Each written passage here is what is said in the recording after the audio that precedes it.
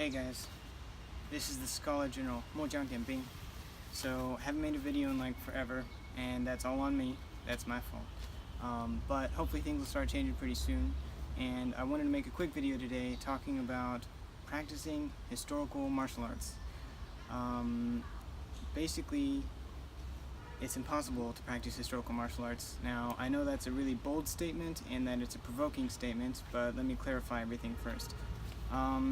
Anyone who claims to practice historical martial arts today is actually practicing them in the 21st century, and the context of the 21st century is not the same as whatever historical context they are studying. So by default, it is not the same thing. There will always be changes. Everything changes over time, and martial arts are no different. And this isn't just true for things like HEMA, but it's also true for a lot of martial arts that you'll find in East Asia, like Japan. They'll claim to have a lineage that's going back all the way to the Sengoku Jidai, or even like just hundreds and hundreds of years ago. But the truth is that there's always changes that are coming in with each new sensei and master of the school, and over time you can never know for sure if you're doing everything exactly as it would have been done in the past. So sometimes you'll hear people in HEMA say, oh, this is how you sword fight for real. Well, the truth is, it's not for real. It's still a modern martial art that is trying to get as close as it can to the past. It's not the actual martial art of the past. That's a key distinction. Because we have to be honest about that in order to think about strategies for how can we get as close to the past as possible. Now, I know that I'm not the only person who's made a video about this. There's other people who've talked about it, like Easton, who's amazing and way beyond me in terms of YouTube presence and knowledge on particularly European arms and armor.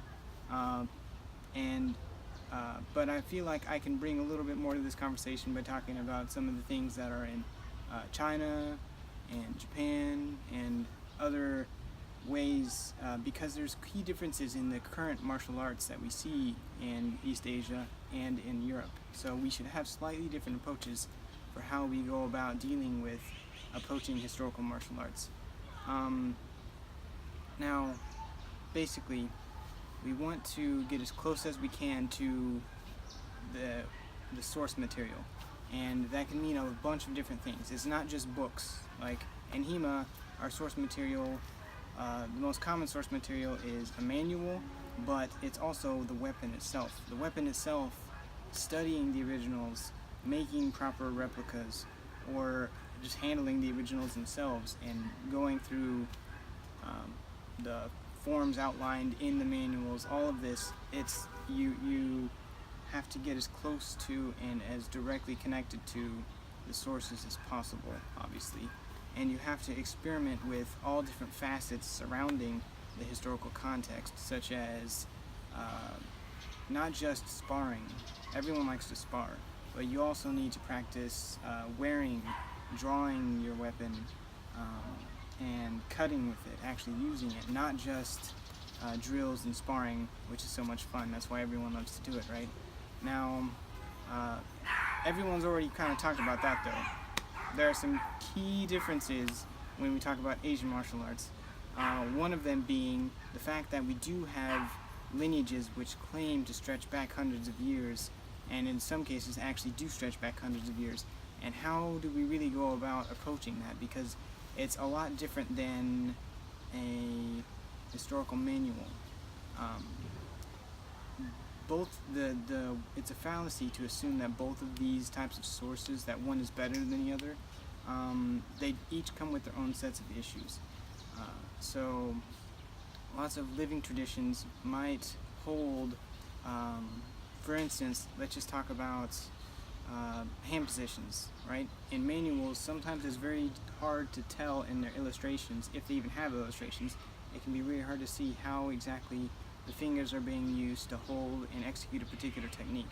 Now, in a passed on tradition, you'll have a teacher who will tell you, oh, you hold it like this, you do it in this way. There's these intricacies that are involved with handling a weapon or in a particular unarmed technique that are very, very hard to pass down either through written or illustrative form. The problem is you can't always trust that it's the exact thing that was practiced in the past. So you have to try and cross-reference and experiment as much as possible. So you have to, even if you're practicing with, let's say, like a staff, right? Like you're practicing with a bow staff. You still want to practice actually hitting real things with your bow staff. You don't just want to be swinging it around. You want to know if the techniques you're using actually have the power to strike objects and have a good impact.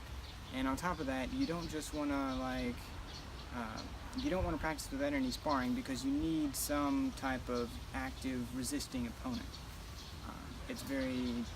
It can be very difficult to do that with a staff, but you have to find some way to work around it. And the main thing is, kind of the main idea behind some of this video is the idea that you have to use a wide variety of approaches and a wide variety of ideas and seeing how you can get as close as possible to the original martial art.